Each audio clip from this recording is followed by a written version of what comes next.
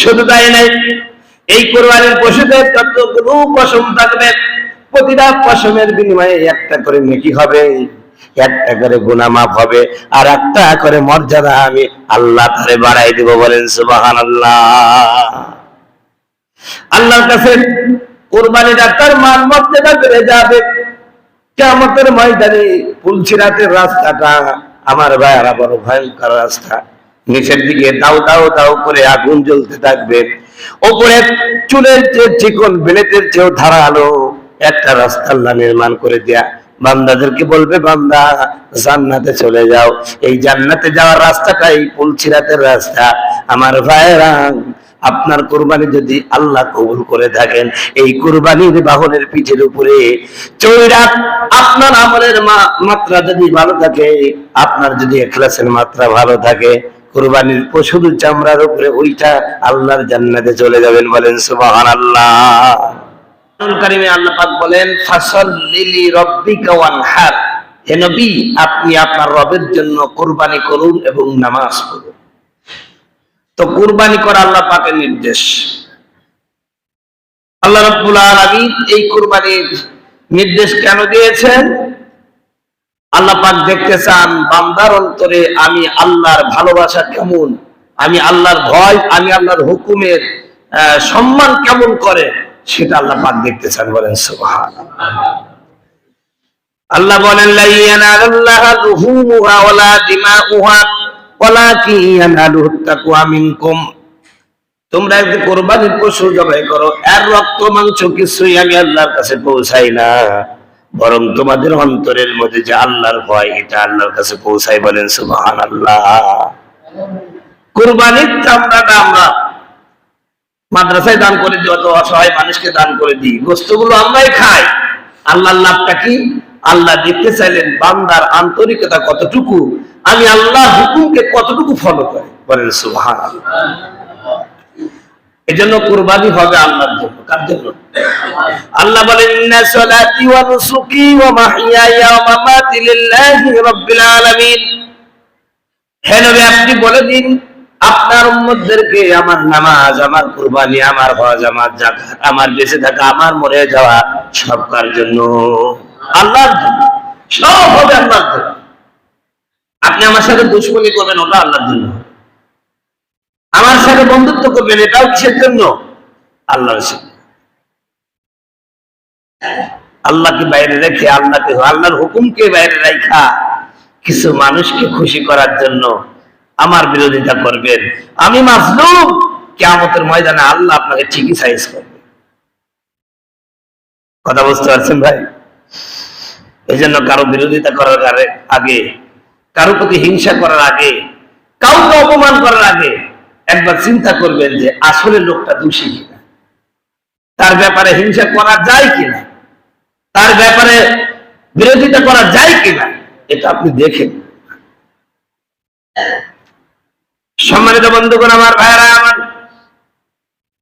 আল্লাহ রাব্বুল আলামিন এই কুরবানি আমাদের প্রতি নির্দেশ করলেন। প্রিয় ভাইরা আমার, আল্লাহর নবী সাহাবীরা বললেন, হুজুর গো কুরবানির ইতিহাসটা বলেন। আমার নবী বললেন, কুরবানির ইতিহাস হলো তোমাদের পিতা ইব্রাহিমের সুন্নাহ। আমার নবী যখন বললেন, আমার সাহাবীরা এই কুরবানি হলো আমাদের পিতা ইব্রাহিম নবীর সুন্নাহ। সাহাবায়ে কেরাম জিজ্ঞাসা করলেন, হুজুর গো এটা যদি ইব্রাহিম নবীর সুন্নাহ হয়, আমাদের লাভটা কি একটু বলবেন কি? এই কুরবানি করলে আমাদের লাভটা কি হবে একটু বলা যায় কি? আমার নবী বললেন, আমার সাহাবীরা এই কুরবানি করলে তোমাদের লাভ হলো কি শোনো। আমাদের লাভ হলো এই কুরবানি জবাই করার সাথে সাথে, এই কুরবানি রক্ত করার আগে আল্লাহ রাব্বুল আলামিন আল্লাহ কুরবানি কবুল করে নিয়ে বান্দার জীবনের গুনাহ মাফ করে দেন।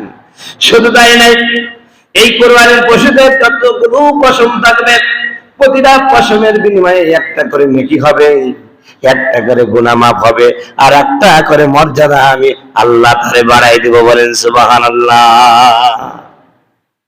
আল্লাহর কাছে কুরবানিটা তার মান মর্যাদা বেড়ে যাবে।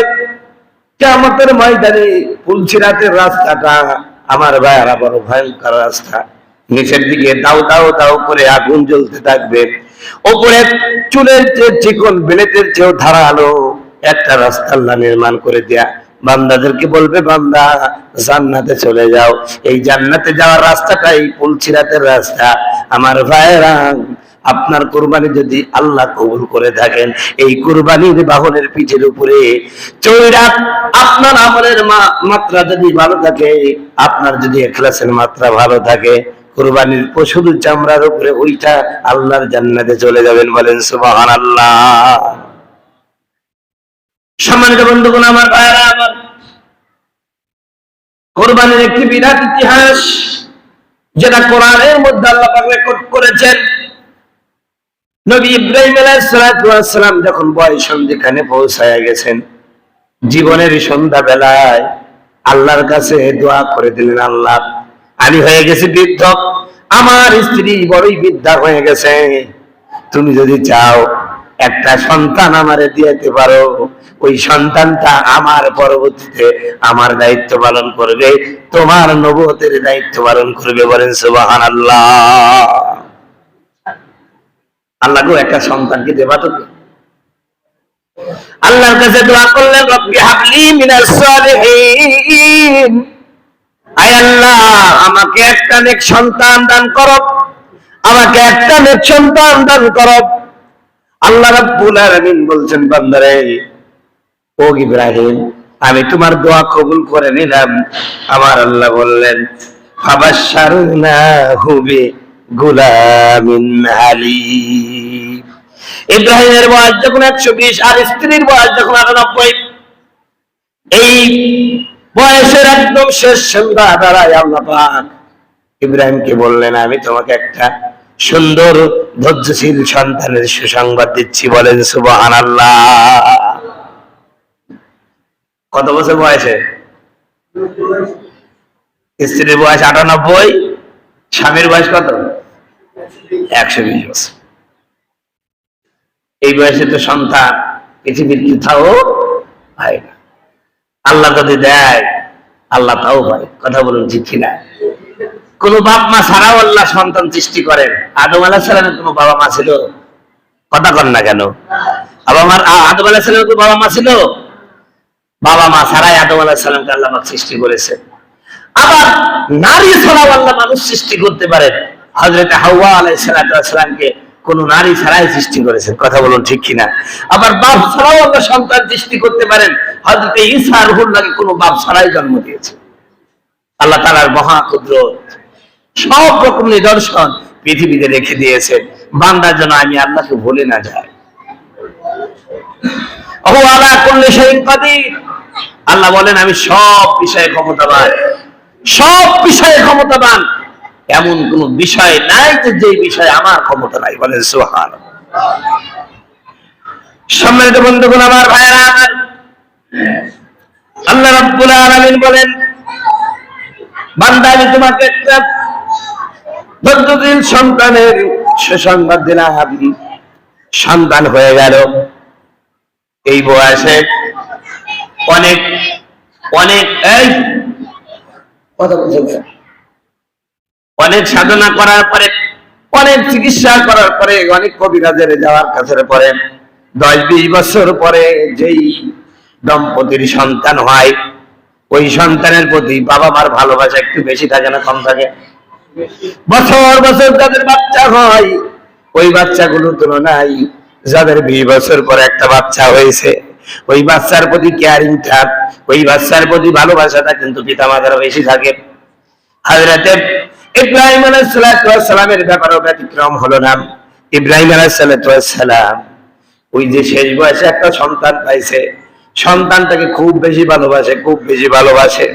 এই ভালোবাসা দেখে ফেরেশতারা বললেন, ওগো আল্লাহ, ইব্রাহিমকে আপনি বানিয়েছেন খলিলুল্লাহ, আপনার বন্ধুর কাণ্ড দেখেন, ও তো সন্তান নিয়ে পাগল হয়ে গেছে, আপনার প্রতি মনে হয় ভালোবাসা নাই। জোরে জোরে বলা যাবে কিনা নাউজুবিল্লাহ। আল্লাহ রাব্বুল আলামিন ফেরেশতাদেরকে বলেন, ও আমার ফেরেশতারা শোনো, আমার ইব্রাহিম আমি আল্লাহকেই বেশি ভালোবাসে, বেশি ভালোবাসে। প্রমাণ তোমরা দেখবা নাকি? ফেরেশতারা বলল, আল্লাহ তুমি প্রমাণ কেমনে দেখাবা, দেখাও তো। আমার আল্লাহ ইব্রাহিম আলাইহিস সালামকে বললেন না ডাইরেক্ট, ও ইব্রাহিম তোমার সন্তানটাকে আমি আল্লাহর জন্য কুরবানি দিয়া দাও, ডাইরেক্ট বললেন। একদিন সন্তানকে কোলের মধ্যে নিয়ে ঘুমায় আছে, হঠাৎ ইব্রাহিম নবী স্বপ্নের মধ্যে দেখতেছেন কে যেন এসে বলতেছে, ইব্রাহিম রে তোর প্রিয় সন্তান, তোর প্রিয় জন্তুটা, তোর প্রিয় মানুষটাকে, তোর প্রিয় বস্তুটাকে তুই জবেহ করে দে, তুই কুরবানি করে দে। হযরত ইব্রাহিম আলাইহিস সালাম প্রিয় বস্তু, ইব্রাহিম আলাইহিস সালামের কাছে প্রিয় বস্তু ছিল উট। তিনি 100 উট আল্লাহর জন্য জবেহ করে দিলেন, বলেন সুবহানাল্লাহ। পরের দিন আবার স্বপ্ন দেখলেন। কি স্বপ্ন দেখলেন? আবারও বলতেছেন কে যেন এসে বলে, ইব্রাহিম তুমি তোমার প্রিয় বস্তু আল্লাহর জন্য জবাই করে দাও। ইব্রাহিম আবার পরের দিনে 100 উট জবাই করে দিলেন। না, স্বপ্ন দেখা শেষ হলো না, আবারও তিনি স্বপ্ন দেখলেন কে যেন এসে বলে, ইব্রাহিম তাড়াতাড়ি ঘুম থেকে ওঠো, আমার জন্য তোমার প্রিয় বস্তুটা উৎসর্গ করে দাও। হযরত ইব্রাহিমের ঘুম ভেঙে গেল। নবীদের স্বপ্ন হলো আল্লাহ পাকের পক্ষ থেকে ওহী। নবীরা কখনো মিথ্যা স্বপ্ন দেখেন না, যা স্বপ্ন দেখেন তা আল্লাহ পাকের পক্ষ থেকে নির্দেশিত ওহী হয়ে যায়। ইব্রাহিম আলাইহিস সালাম চিন্তা করলেন কে আমার সবচেয়ে প্রিয় বস্তু। তিনি চিন্তা করলেন আমার কলিজার টুকরা সন্তান ছাড়া তো এই পৃথিবীতে কেউই তো আমার কাছে প্রিয় না। সম্মানিত বন্ধুগণ, আমার ভাইরা আমার, হযরত ইব্রাহিম আলাইহিস সালাম সন্তানকে ডেকে বললেন আমার প্রিয় সন্তান। তখন ইব্রাহিম আলাইহিস সালামের সন্তানের বয়স 12 থেকে 13 বছর। বাবার সাথে চলাফেরা করা, হালকা কাজ করার মতন ক্ষমতা হয়ে গেছে।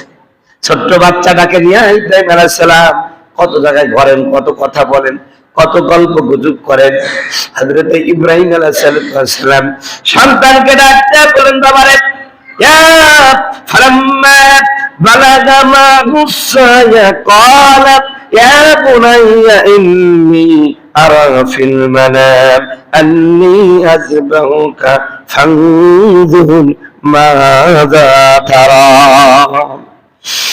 সন্তানটা যখন ইব্রাহিম আলাইহিস সালামের সাথে চলার বয়সে উপনীত হলো, হযরত ইব্রাহিম আলাইহিস সালাম সন্তানকে ডাক দিয়ে বলেন, আমার সন্তান, স্বপ্নের মধ্যে দেখতেছি আমি তোমাকে জবাই করতেছি আল্লাহর জন্য। ফানজুর মাযা তারা, বলো আমার সন্তান তুমি কি আমার এই কাজে সহযোগিতা করবা নাকি? তুমি কি আমার এই কাজে সহযোগিতা করবা নাকি? তুমি কি আল্লাহর জন্য উৎসর্গিত হবা নাকি? আমার ভাইরা, নবী ইব্রাহিম আলাইহিস সালামের সন্তান যদিও অল্প বয়স, তিনিও নবী, আর নবীদের চরিত্র থাকে একরকম। জোরে বলেন সুবহানাল্লাহ। আল্লাহর প্রতি পূর্ণ আস্থা বিশ্বাস থাকে।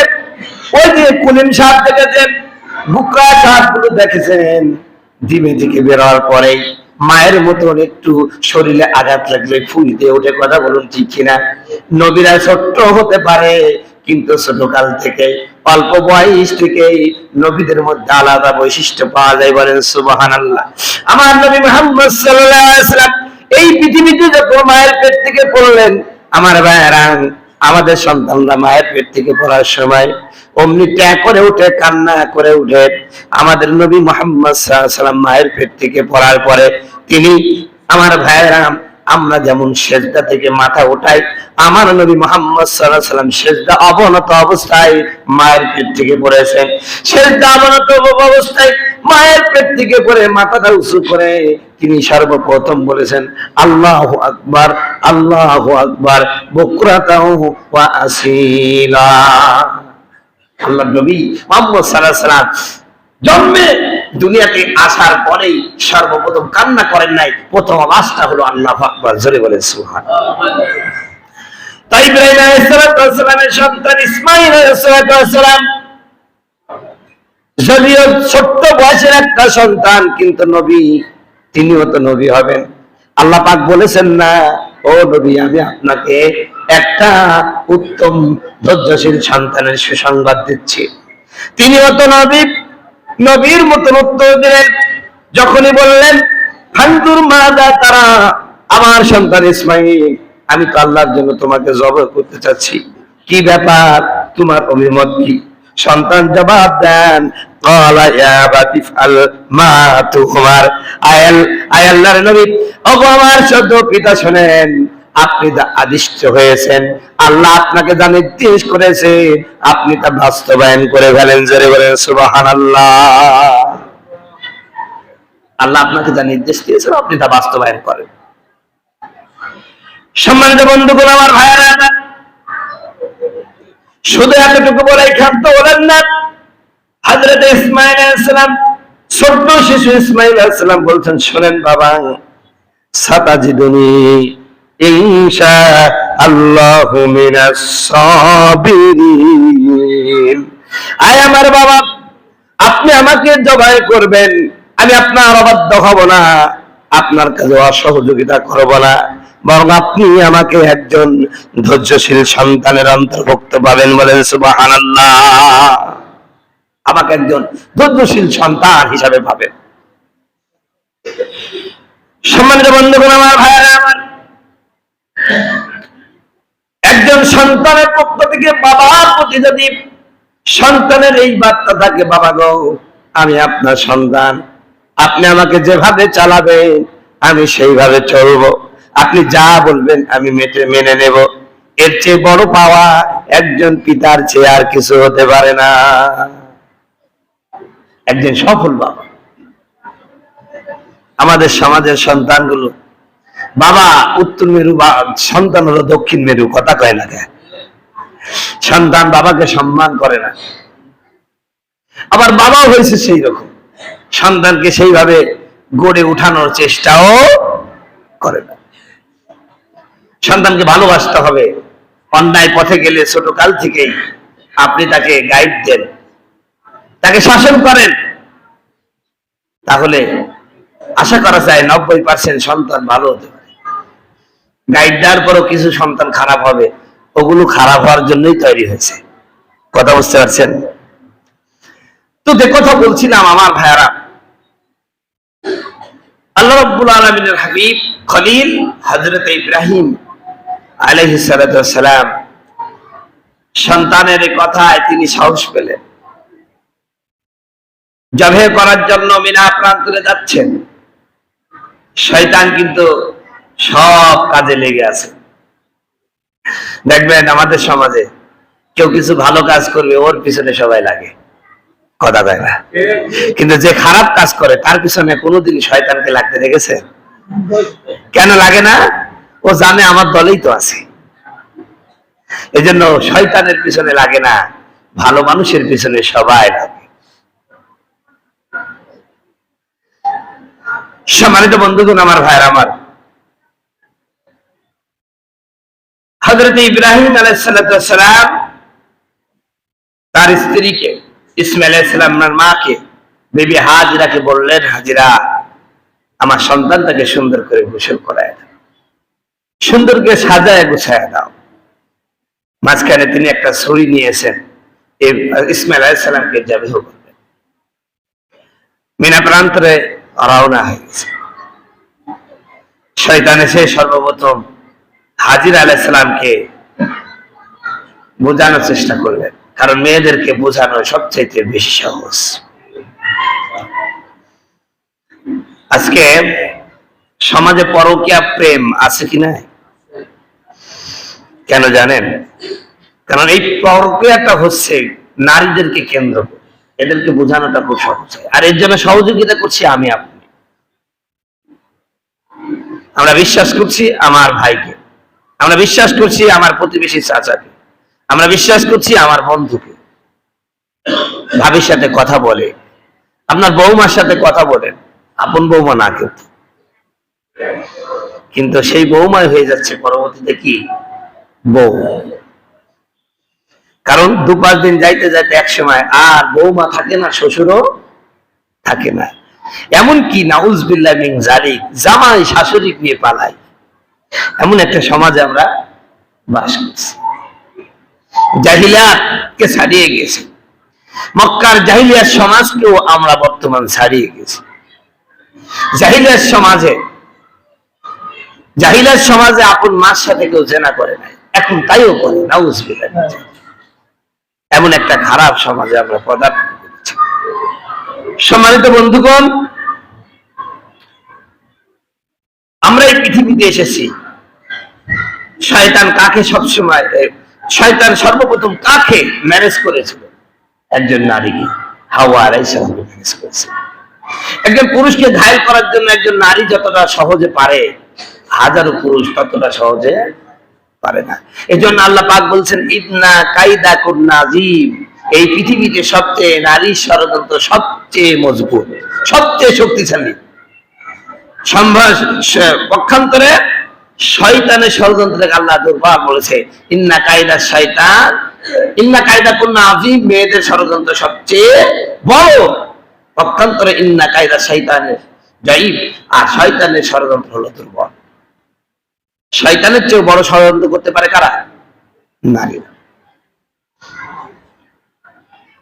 ভাইরা আমার, আমাদের গত আওয়ামী লীগ সরকারে একজন মন্ত্রী ছিলেন, ওই যে মাথায় চুল ছিল না, কি যেন নাম, মুরাদ হোসেন। লোকটা মন্ত্রী ছিল, তার এলাকায় আমি ওয়াজ করতে গেছি। লোকটা কিন্তু একেবারে খারাপ ছিল, এলাকায় খুব ভালো উন্নয়নের কাজ করেছে। শুধু একটা নারীর কারণে একদিনের মধ্যে তার মন্ত্রিত্ব, এমপিত্ব সব ছিল। কথা কয় না, মনে নাই আপনাদের? এই জন্য নারী ষড়যন্ত্র সবচেয়ে কি কঠিন। সম্মানিত বন্ধুগণ, আমার ভাইরা আমার, শয়তান সর্বপ্রথম হাজিরাকে গোমরা করার জন্য, ধোঁকা দেওয়ার জন্য অপচেষ্টা চালানো। হাজিরাকে ডাক দেয়া বলেন, হাজিরা, মানুষের বেশ ধারণ করে গিয়ে বলেন, ও হাজিরা, তোমার সন্তান ইসমাইল কত সুন্দর সন্তান, দেখলে কলিজাটা ভরে যায়। এমন একটা সন্তানকে তুমি তার বাবার সাথে ছাইড়া দিলা। এখনকার যুগে বাবাকে কি বিশ্বাস করা যায় নাকি? কত সুন্দর কথা আছে না? হযরত হাজিরা তো আল্লাহর একজন নেককার বান্দী, ডাক দেয়া বলতেছেন, এই পৃথিবীতে এমন কোন বাবা নাই তার সন্তানের অকল্যাণ কামনা করে। তুমি বড় বাজে কথা বলতেছো। কয়, না, বাজে কথা বলছি না, আমার বিশ্বাস হয় তোমার সন্তানটাকে তার বাবা এই দুনিয়া থেকে বিদায় করে দিবে, হত্যা করে ফেলবে। আমার বন্ধুগণ, আমার ভাইয়েরা, বিবি হাজিরা ডাক দেয়া বললেন, আমার স্বামী আমার সন্তানকে কেন হত্যা করে ফেলবে? ব্যাপারটা কি বলো তো, আমাকে একটু বুঝাই দাও তো। শয়তান জীবনে সত্য কথা বলল, এই সত্যটাও বলেছে স্বার্থের জন্য। মানুষ কিছু কিছু সময় শত্রু সত্য কথা বলে। আপনি মনে করেন না এই লোকটা মনে হয় আর শত্রু নাই, তা না। কিছু কিছু সময় শত্রু সত্য কথা বলে, তাকে প্রতিপক্ষকে ঘায়েল করার জন্য কথা বলুন, ঠিক কিনা? আমার বন্ধুগণ, আমার ভাইয়েরা, শয়তান বিবি হাজিরাকে ডাক দেয়া বললেন, ও হাজিরা, শোনো, তোমার সন্তানকে তার বাবা এমনি এমনি হত্যা করবে না। তিনি না নবী, স্বপ্নের মধ্যে দেখেছেন তিনি তার সন্তানকে জবাই করতেছেন। আর নবীদের স্বপ্ন হয় আল্লাহর ওহী, এই কারণেই তো তোমার সন্তানটাকে জবাই করতে নিয়ে গেল। বিবি হাজেরা বলল, আল্লাহর শুকরিয়া আদায় করে আউযু বিল্লাহি বিসমিল্লাহির রহমানির রহিম, আউযু বিল্লাহ বলে শয়তানকে তাড়াই দেয়া বলে, ও শয়তান, বুঝতে পেরেছি তুমি আমারে ধোঁকা দিচ্ছ। আমি ধোঁকা খাওয়ার বান্দি না, আমি ধোঁকা খাওয়ার পাত্রী না। শোনো শোনো, আমার স্বামীকে যদি আল্লাহ পাক আমার সন্তানকে হত্যা করার জন্য, কুরবানি করার জন্য নির্দেশ করে থাকে, আমি স্বেচ্ছায় আমার সন্তানকে ওই মিনা প্রান্তরে পাঠাইয়া দিলাম, দূর হয়ে যা আমার কাছ থেকে। জোরে বলেন সুবহানাল্লাহ। সত্য কথা বলেও বাঁচতে পারলেন না। হযরত হাজিরাকে আল্লাহ হেফাজত করলেন। এরপরে তিনি চিন্তা করলেন, মাকে তো পারলাম না, ছোট্ট বাচ্চা ইসমাইল, ওরে একটু পারি নাকি দেখি। প্রিয় ভাইরা আমার, ওকে নিয়ে আর একটা মজার ঘটনা আছে। সময় হয়ে গেছে, আর আলোচনার সামনে যাই না। আপনারা জুমার নামাজে, আমি এটা দেখছি খুব দেরি করে আসতেছেন।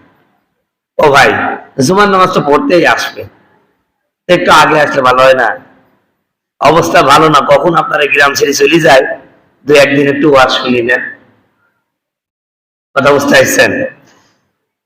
কারণ আমি আপনাদের গ্রামে মেলা দিন ছিলাম, এখন মনে হচ্ছে যে আমি আপনাদের গ্রামে ক্ষতি করে ফেলেছি, এমন একটা অবস্থা তৈরি হয়ে গেছে। রিজিক আল্লাহ কখন কারোটাই নাই বলা যায় না।